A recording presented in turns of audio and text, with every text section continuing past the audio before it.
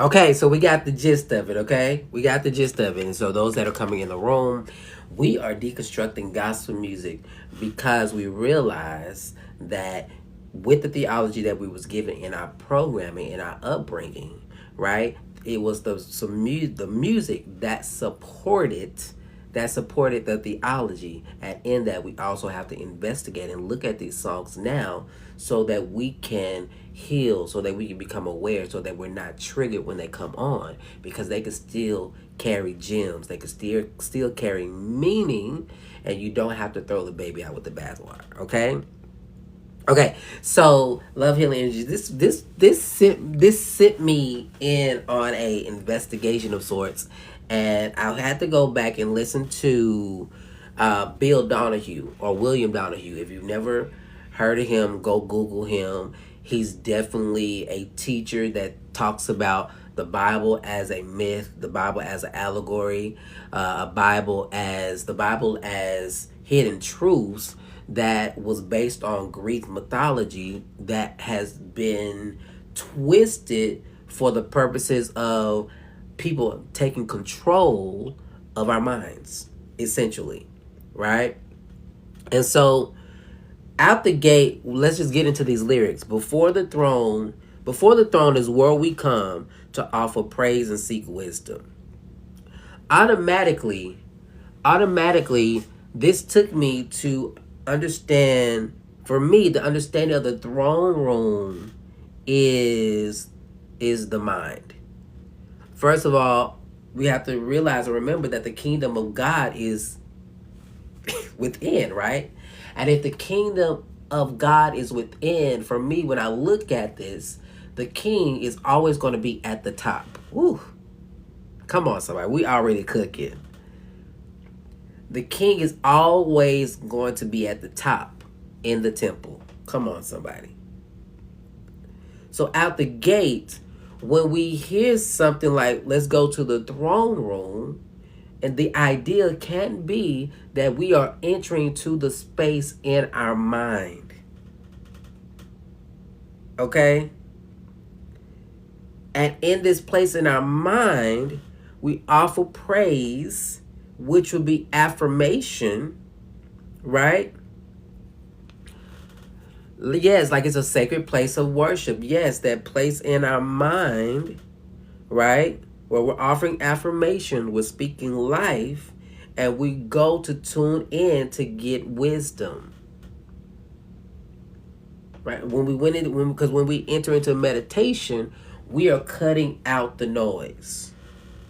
We are cutting out anything that can distract us. Okay? And I'm trying to figure out how to navigate this, because when I was listening to him and thinking about this automatically really took me to the crucifixion. Man. The crucifixion is really where this song kind of took me, because something like this I will play like on an Easter morning, on a Sunday morning, or a first Sunday, where we're talking about Christ dying for us, right? This would be something that would have been played then. And so this took me into that place to really investigate again, what is the crucifixion? Ooh. Okay, so can we get into what is the crucifixion, metaphysically, how it can be interpreted, and then we can definitely get into this. I feel like it will lead us into this veil that's being torn. Woo. Okay, so first of all, let's talk about this idea and concept: so above, so below. Right? So above, so below. When we deal with the crucifixion, when I was listening to Bill Donahue and other people have said this, that the crucifixion can be related to astrology. Okay? The idea that Jesus, the Son, is traveling through this type of constellation, right? Through the Virgo space I don't know how to really describe it that way, but through the Virgo space, which would be the Virgin Mary, right? Traveling through this constellation of sorts, through the Virgo, which is through Virgo, the sign of Virgo, which is which would be the Virgin Mary, right? And then it's a space in astrology to where the sun waits for 3 days and then it comes around welcoming the winter. That's the idea astrology wise, okay? All right. And again, go watch Bill Donahue. He does better in explaining it, okay? But that's the idea, right? So with that in mind, if it's happening above, it's also happening with us. Okay? So we got that. The next thing, not the next thing, in parallel to that, this crucifixion is happening with us because this Jesus coming down to earth in our bodies, Jesus being the sun, solar, is representation, right, of our solar plex. Did we catch that? I'll redo it. Okay? So just the sun is traveling through and coming to earth, being crucified, coming back up, staying in. So does the sun, this Jesus energy, metaphysically, is in our solar plex, right? And the same way the sun goes through this constellation to rise and come up, right? This rising of the sun is when we tap into our solar plex and move that energy up through our vertebrae, our Kundalini energy, coming up to our brain. Are we with me? And we're finna break this down. He said, well, Titus, make it make sense. Let's make it make sense. All right? Solar equates to sun. Okay? Solar, sun, son of God, Jesus. Okay? That solar plexus is right here. Okay? When we start talking about this crucifixion, this is the cycle of Jesus coming down, this energy being here, is going up to, where did Jesus go? Jesus went to Calvary, or he was crucified in the place of Golgotha. Does anybody got a dictionary? Do you have access to a dictionary to define what Golgotha is? And maybe you have studied this before, so you know what Golgotha is. Can somebody, because I want this to be interactive, okay? We're making it interactive. Can somebody real quick look up the place of Golgotha or what Golgotha means?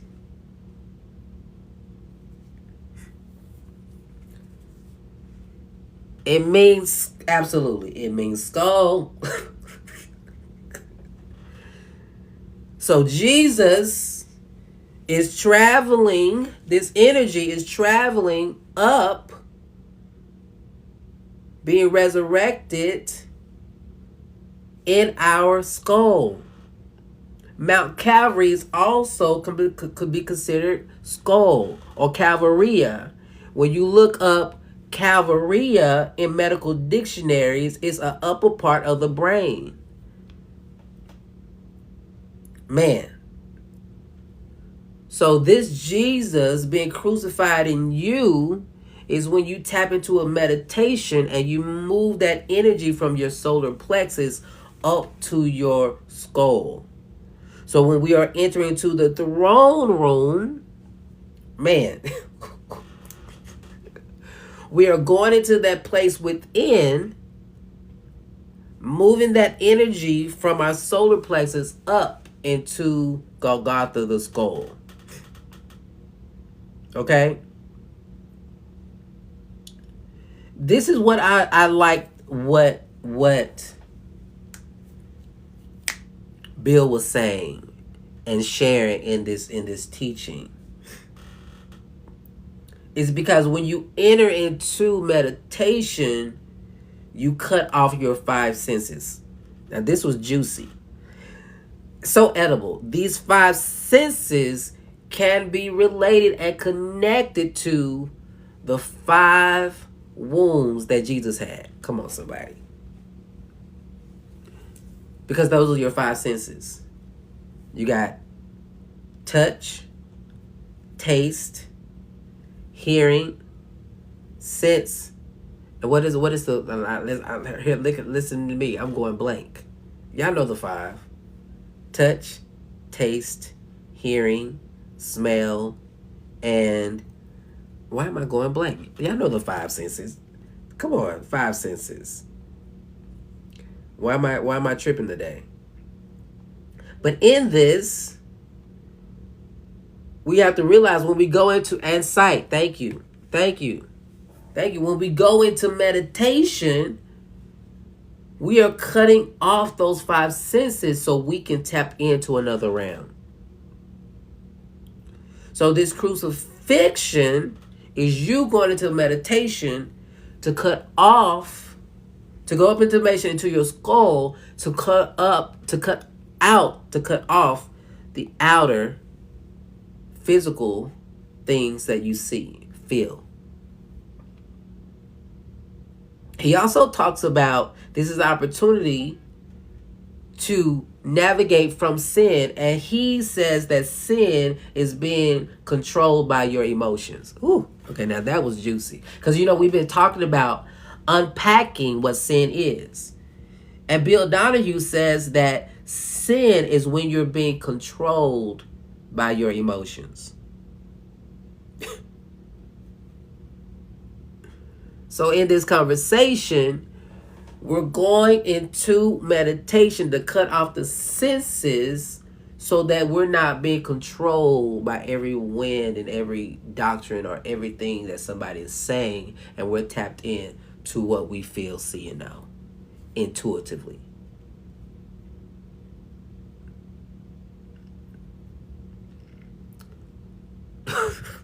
Are we here?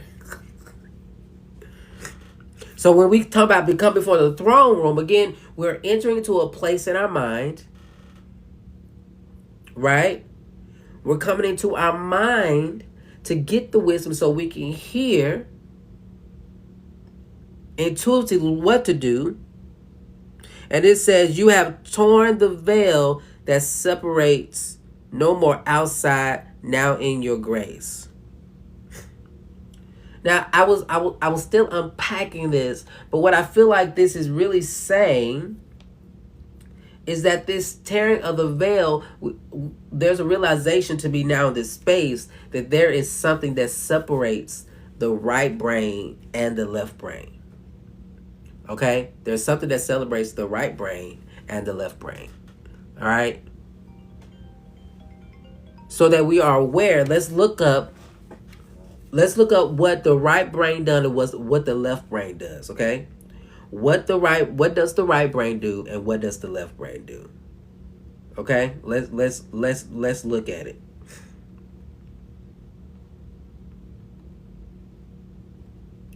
Okay. So, your left brain is generally associated with logic, language, and analytical thinking. Let's say that again. Your left brain is generally associated with logic, language, and analytical thinking, while the right brain is linked to creativity, spatial awareness, intuition, and emotional processing. Oh, come on. I'm getting excited just thinking about this. Left brain is generally associated with logic, language, and analytical thinking, while the right brain is linked to creativity, spatial awareness, intuition, and emotional processing. So what's happening when we are going through this crucifixion, all right, is that we are entering to not move by our left brain, which is logic, but moving over into our right brain. Which is what Jai was saying earlier, that context of the right hand of God is your right brain. Whew. Your creativity, because God created heaven and earth. The awareness of self, the awareness of your oneness with the divine. Your intuition, emotional processing is in your right brain. So when Jesus talked about, today I'm going to sit at the right hand of my Father, come on, it was an indicator of tapping in, come on, to your right brain. Yeah. This is good to me. So when we're in this process of entering to the throne room, we're entering to this space to where we are no longer thinking with logic, but we're stepping over into our intuition, our creativity. And what happens is, right, the corpus callosum is activated, which is the in-between the right and the left brain. Right? And the corpus callosum, according to science, is allowing the left brain to communicate with the right part of the brain. Woo! So what's happening when we go through this crucifixion, we're allowing that energy from our sun, our solar plexus, to enter up to our skull, the place where we're being crucified, so that the right and the left brain can communicate. So that when I'll get out of meditation, I have an awareness of how to move in my divinity, in my humanness. Come on. Woo.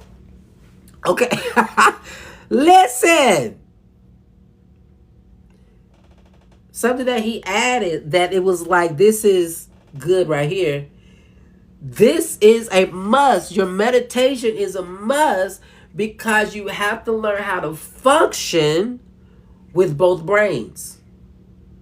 But without meditation, because in meditation, the dopamines are being released, the melatonin is being released, so that your whole mind is being regulated. This is what he pointed out. This is why Jesus said, "No one takes my life; I lay it down." It's a willingness that you have to be willing to go into meditation, right? Something that he also pointed out, that he was saying that this must be done. When Peter said this can't happen to you, he said, "Devil, get behind me," because Jesus was referencing, I must be able to meditate in order to regulate my mind. It's the idea. Woo. Jesus also was talking about crucifixion must happen. Not because Jesus was unaliving himself, but the process and the opportunity to meditate, to clear your mind, has to be done. That's how the right and the left brain communicate. So when the veil is being torn, it is the process of the corpus callosum being activated so the right and the left can communicate. And now you can think with logic connected with your intuition and your emotions. Whew.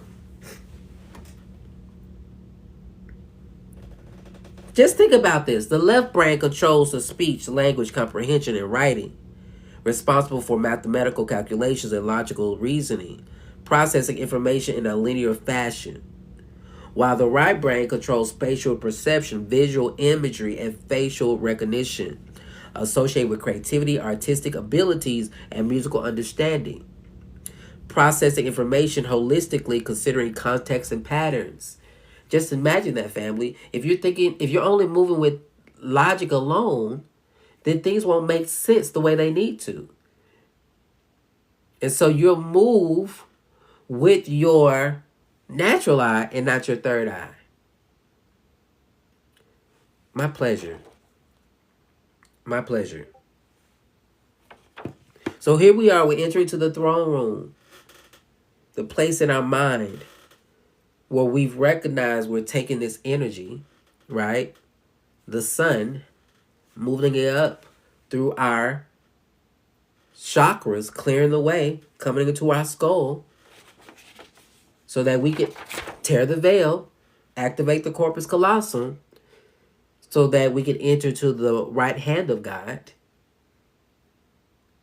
And in that, our left brain is connected, responding so that they are one. And the two became one. Oh, come on, somebody. The idea of the masculine and the feminine coming together. And in this, we offer praise, we offer affirmation. No more outside. Now in your grace, now in this space of surrender, right? We offer praise, we seek wisdom. This is how we get wisdom. This is how we get creative ideas. As we come through creative ideas, as we get divine insights on how to navigate our relationship, how to navigate our businesses, right? The throne room where we cast ourselves down, we're casting down our ego. We're casting out what we will only do in logic, because with logic alone, we wouldn't know how to move intuitively to open up the door. And you say, can you go through that again? What part? What part? Because I don't know which one you want. What part?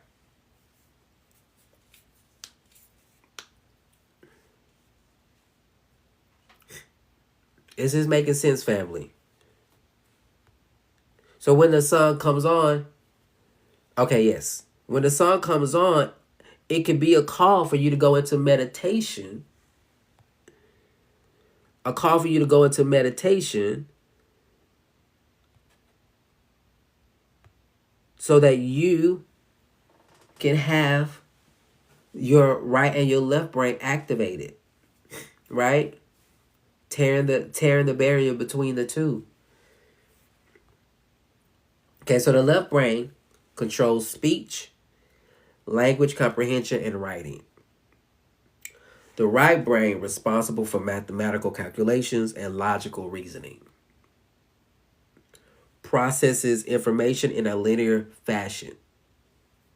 Right? The right brain controls spatial perception, visual imagery, and facial recognition, associated with creativity, artistic abilities, and musical understanding. Processes information holistically, considering context and patterns. This is why, people that are really creative, they say they are right brains and they think differently. Right? And sometimes, as a Pisces moon being creative, I have had to really understand the power of meditation because of my Pisces moon and being so creative. I can get caught up in dreamland and not really know how to think with logic. So my meditations help me to process where I'm at, right? So you meditating is allowing your right and your left brain to become one. Tearing the veil between the two, right? That corpus callosum, which is how the right and the left brain communicates. And when you meditate, it activates that from what I've read so that the right and the left brain can communicate.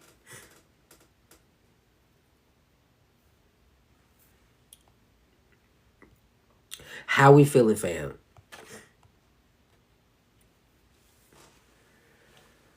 So again, the casting down is when you're in meditation, your ego must surrender, right? The way you think it should be done must surrender. Then when we get into manifestation, you call things into you. It's a lie and I like it. You call things unto you and you don't have to go running from it because you are doing the things intuitively that you felt led to do. You don't know why you was at Starbucks at 2 p.m. You just felt led to go. And Lord behold, somebody there wanted to pay for your coffee. However that looks. Right? This is just an example. You start getting ideas like, I don't know why I'm thinking this, but I'm just going to do it. And then there's somebody that you needed to meet or whatnot. Then it says, thou art holy. We talked about that. referencing the awareness, and now we can be in tune with our holiness, our divinity to God. There is none like thee. There's none like you. There's none like you as an individual, as a person. And when you go into meditation, you can recognize that more because you don't have your senses telling you or comparing you to anything. Because when you go into meditation, right, the idea is to go in without any titles, without any judgments, right? In your presence, this energy, this frequency, Lord, is where we must be. This energy, this frequency in our mind is where we need to be. In our being, connecting us to Source, Creator, the God of our understanding. Your presence, Lord, your presence, Lord, your presence, Lord, is where we must be. That's where I want to be. That's where I want to be. I want to be right there in your presence. And understanding that presence, that God energy is love at its highest potency, if I can say it like that. So here we are. This song is calling for us to go into our very being, tap into our solar plex, take that energy into our skull where we crucify ourselves because our ego can't reign there, right? And we go into meditation, allowing those chemicals to be released so that we can be more aware, we can be more cognizant, we can be more intuitive as to what we need to do when we come out of meditation.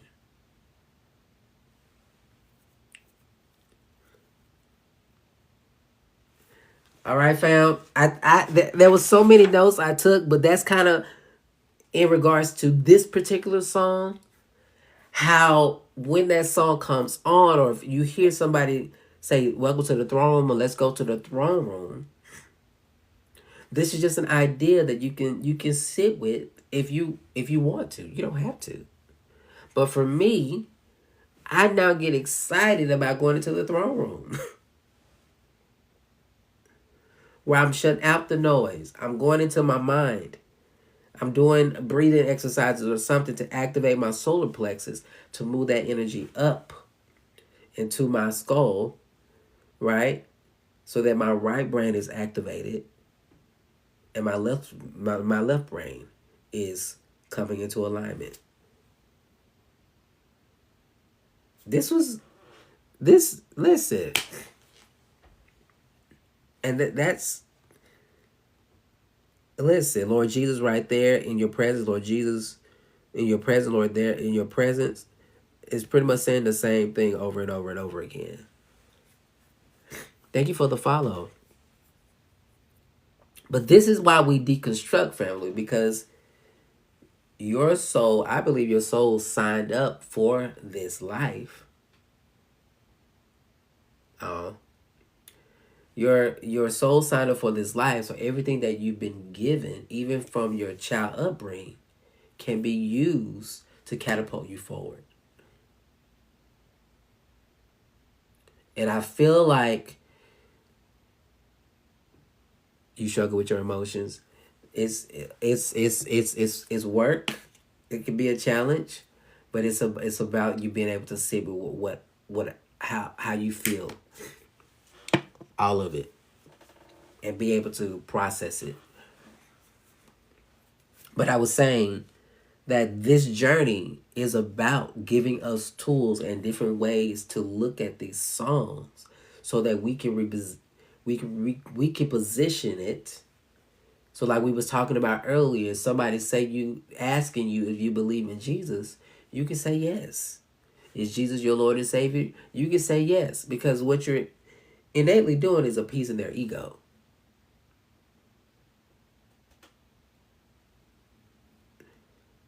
I got you right here. I would say take a breath. Love and light to you, for sure. Take a breath, close your eyes, and it's already a done deal. It's already a done deal. But when we were talking earlier, we was talking about the idea that people come and they want to know if you know Jesus. They want to know if you know Jesus, and you can simply say yes. And move on. Because the idea in this conscious space is that Jesus can be imagination. And it's your imagination that's going to save you. I've been doing Bible study on an old family Bible. It's hard to understand.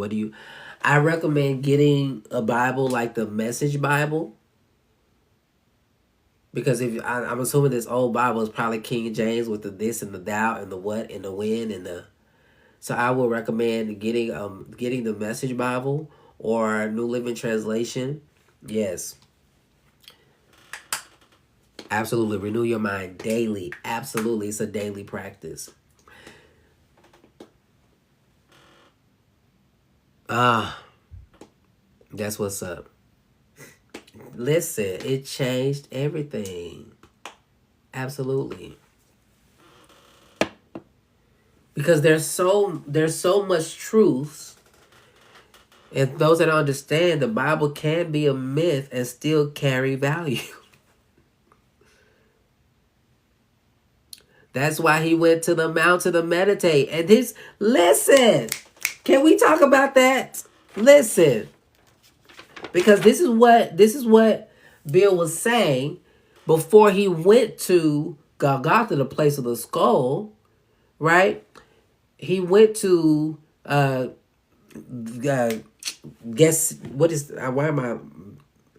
went to Gethsemane. Let me pronounce it right.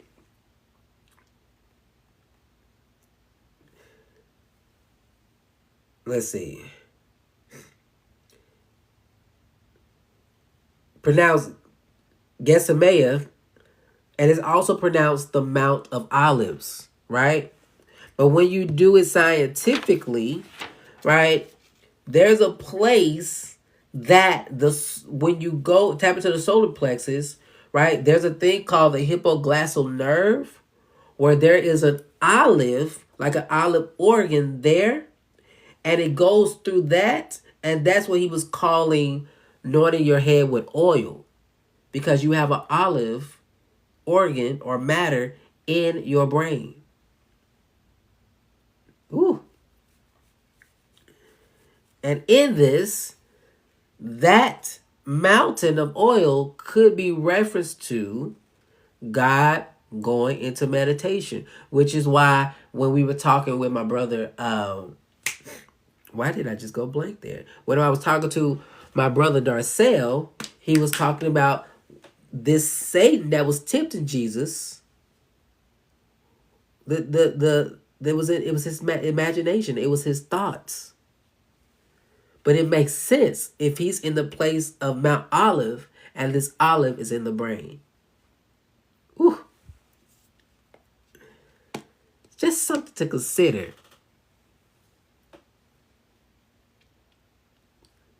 Grand rising, everybody coming in the room. And we are deconstructing Throne Room, or we deconstructed Throne Room by Shekinah Glory.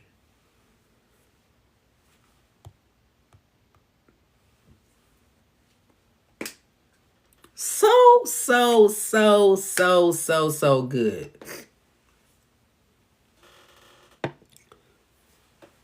We think double negative thoughts a day compared to positive thoughts. It's a practice to think. Absolutely. Absolutely.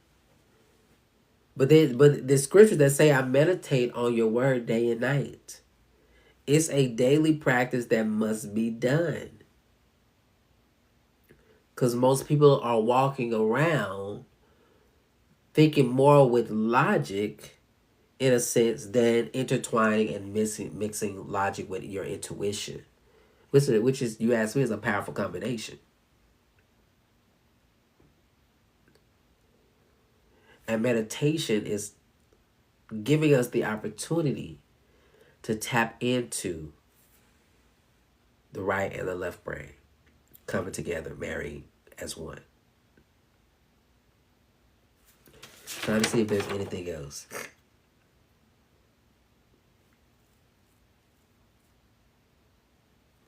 Absolutely. So true. People don't know how to sit still. People don't know and not just in stillness, people overwork because they work out of lack. They feel like they have to be on the go. To be on the go is like they're in control. And to sit still could feel like they're losing control. So I totally understand.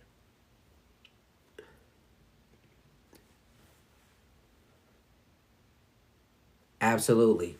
Absolutely. We must learn how to sit still in our container. And so in this conversation, family, what we've talked about today is knowing that this throne room, again, can be considered as a place in your mind. It also took me to, I think it's Matthew 6 and 5. I think it's 6 and 5. Is it 6 and 5?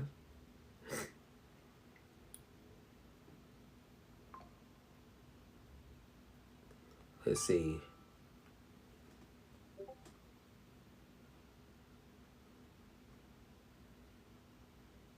Yes, 6 and 6. But thou, when thou prayest, enter into thy closet, and when thou hast shut the door, pray to the Father which is in secret, and thy Father which sitteth in secret shall reward thee openly.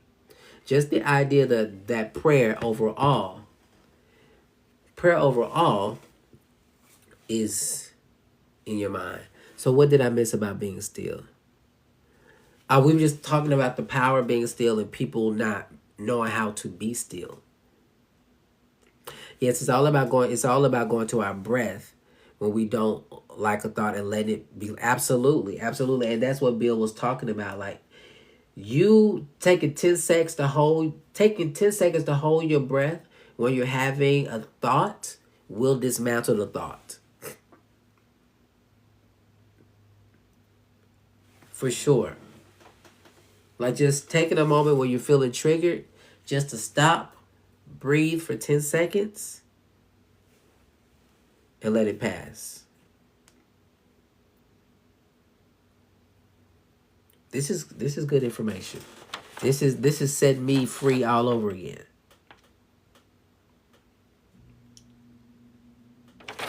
Do y'all have any other thoughts, any other questions? Hopefully this was helpful to you. Sometimes I find myself holding my breath also, which I recognize more. Got you. And I think what I'm learning, Melinda Lee, is also learning how to use the breath as a tool, especially if I'm doing breath work and trying to move energy out of my body. So I think it's really learning a balance, because a lot of people hold their breath, and science says that most people breathe through their mouth when they should be breathing through their nose. But that makes sense too, because God in the beginning, breathed into man's nostrils. So it just be these innuendos that if we paid attention to, we would be better overall. And there's studies that show to breathe into your nose is healthier than breathing through your mouth. This is studies that show this. And I don't have my book, but I read this book, and it was just talking about the experiment that they did with putting tape over their mouth and just breathing through their nose, and how that reduced stress. Some people were able to even use this method to heal themselves. Absolutely, the mouth tape. So understanding all this, and it's still connected to the Bible. But I also feel like the meditation piece is about being able to shut off your thoughts, which is why I feel like Joe Dispenza talks about walking meditation. Because that meditation is really, the way that Joe Dispenza said, is just the brain in movement. In movement. I think that's what the way he coined it. Did I spell it wrong? You said diaphragm. I knew what you meant. I don't know if you spelled it wrong, but breathing for your diaphragm. I understood what you meant. Breathing in and out of separate nostrils. Yes, that works too, especially when it comes to clearing sinuses. And yes, there's even a thing that I've been doing lately to hold your nose and just hold it. And the way that this exercise works, you breathe out your nose first, clear the air, then you hold your nose. You shake it from left to right or up and down, right? And then you let it go, and it'll clear your sinuses. Yes. So all kind of activity that science is showing that working with breathing in your nose can heal, clear up sinuses, and several other things. But like we were talking about in this song, from what I gauge and how I would tear this apart, not tear it apart, but deconstruct it, is understanding that this song is calling me to meditate and go in within myself, in my mind, clear the clutter, and just be in stillness. But breathing definitely helps my sage mood regulate my absolutely. I totally agree. Likewise, as an Aquarius, I think as an Aquarius, as a Pisces moon, meditation is the way. My pleasure. I was so excited. I was like, bet we can dialogue this. We can dialogue this because we didn't get this teaching growing up. And if you're new here, hey, my name is Titus Glenn, your spiritual deconstruction coach. And if you need assistance with unpacking your life and deconstructing your life because you feel disconnected with God, click on the link in my bio, book a discovery call, and we can talk about how that looks. And you might need a day to rest, and that's okay. It's okay to take a day to recoup. Absolutely. All right, fam. Any questions? Anything that's coming up? This was really meaty today. Really, really edible. You needed some time. This was really, really edible today. Absolutely. Let's pull a card for the collective. If y'all okay with that, while we here, I just feel called to do. We'll do, my cards are right here. The Healing Water Oracle. Listen, we ate it down. Absolutely, it was yummy. You hear me? Yummy. So good. So edible. I'm telling you. I did Skyward Breath with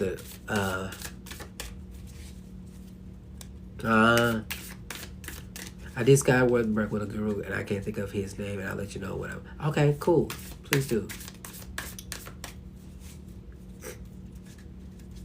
Do you journal, Beth? Do you journal? I don't know why I ask questions twice. I think it's just because I can hear... I don't know why they came up. I would recommend my offering is to start to journal and put that energy somewhere. Spirit, what do we need to hear and see collectively today? Really found it more triggering because of the things that were coming up.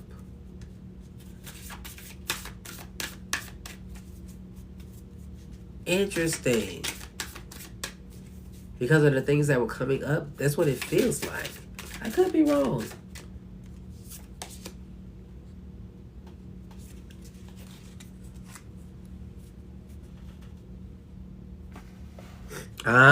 So maybe it was more so processing what you was writing down.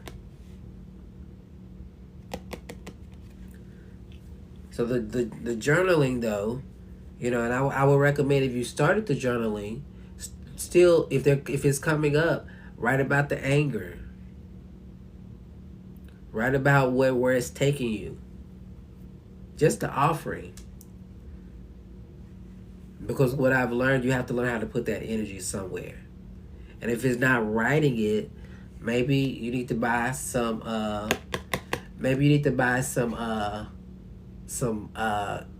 glass plates, or go to one of those places that lets you just break stuff and just have at it. Sounds like avoidance.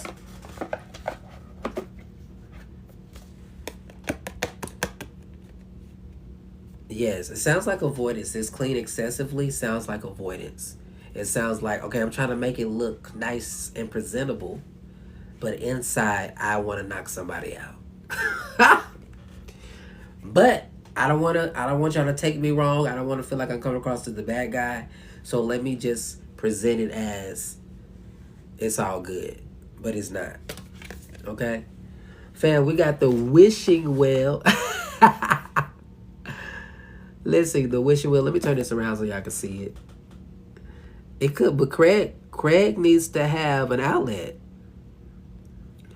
Craig needs to have an outlet. We got the wishing well. It says unexpected gifts, kindness, karmic jewels. Come on. For the collective. Craig needs to have an outlet. I'm telling you. It's said that in ancient times when women would sing and whisper into wells, believing that the water would carry their message from one corner of the world to another. This may sound like something from a children's fable, but in fact, several scientists, researchers have theorized that water can be imbued with energy from our thoughts, emotions, and intentions. Wishing wells are found all over the world, and they mirror to us the great reverence held by our ancestors for Earth's fresh water.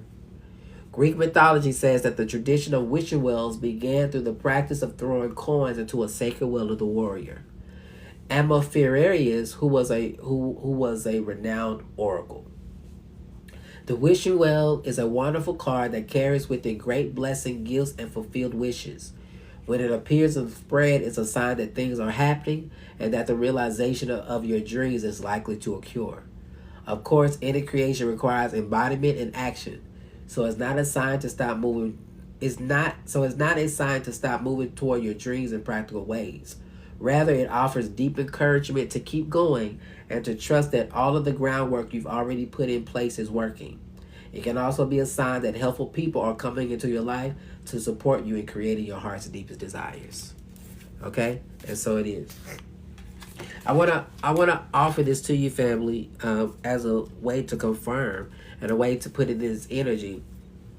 I'm gonna offer that we go get spring water or some type of natural water, and what I would offer is that you speak into this water, and if you had some type of paper that was like, I don't know what type of paper that would be, so let me not say that, but the idea is to get the water, speak into the water, pray into the water, and then, you know, even if it's a big jug of water, whatever that is, just drink on that water with the alignment to this card. Make your wishing well.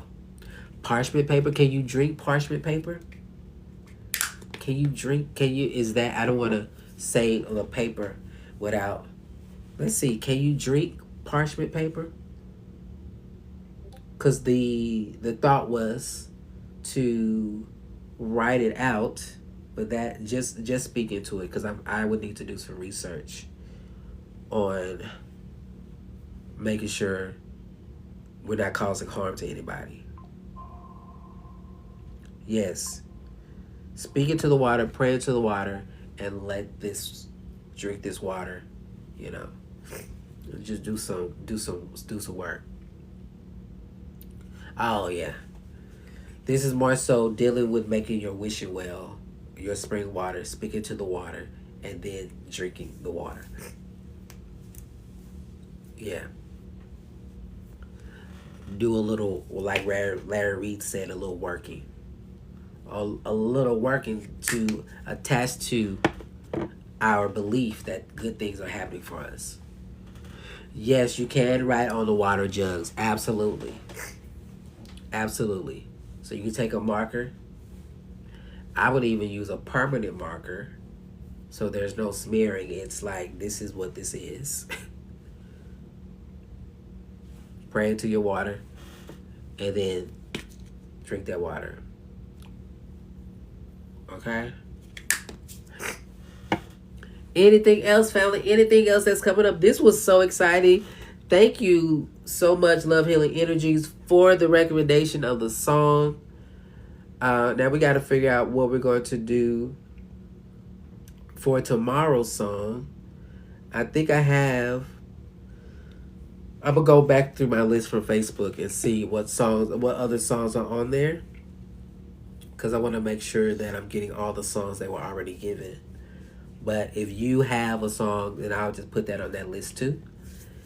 So I appreciate each and every one of you. I'm going to work to come back live later to do some readings and some coaching. Before we get off this live, tell me what was your takeaway? What was your takeaway from this live? What was one thing that you gained from this conversation that you're going to apply this week for the rest of the week? One takeaway.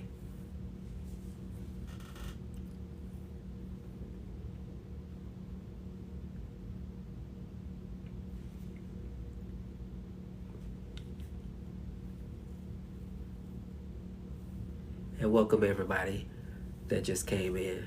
We're just going over our takeaways from what we learned or what we were inspired to research.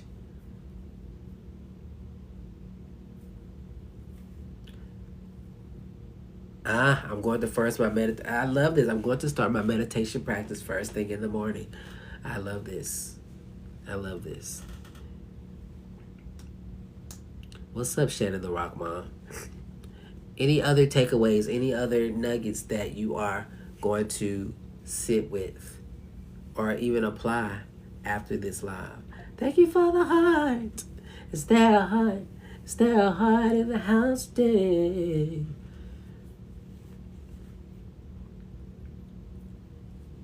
I'm going to speak more into my water and continue more of my breath. Okay, love that. Cool. I love that. Cool, family. So remember, there is music out there. So if you haven't heard of the new affirmations and the mantras, check out your local music platform, Apple Music, Spotify, Google Play, all those things. Love the tight and left brain. Oh, the left and the right. Got you. I'm going to pay more attention to my breathing. Okay, love that. Using breath work to move energy from my sacral solar plexus to my... Yes. Listen. Bet. Okay, cool, family. That's what we got for you today. Let's sing our song and we will be out. Okay? Goes like this. Just in case you haven't heard it in a while. Hey. And just in case you really need to know. That's good. Need to know. Just in case you haven't heard it in a while. Just in case you really need to know. Oh, I love you back. Hey, I love you. I love you. I love you back. Hey, I love you. I love you. I love you back. Hey, I love you. I love you. I love you back. But that was good, okay? That was good to enter into my imagination, the throne. Absolutely. There you have it. Come on. Come on. I just can't stop singing now. Drink from the. Come on. That's what's up. Cool, cool, cool, family. So I'll see you guys later. Have an amazing day. Make sure you take care of yourselves, and we will talk to you soon.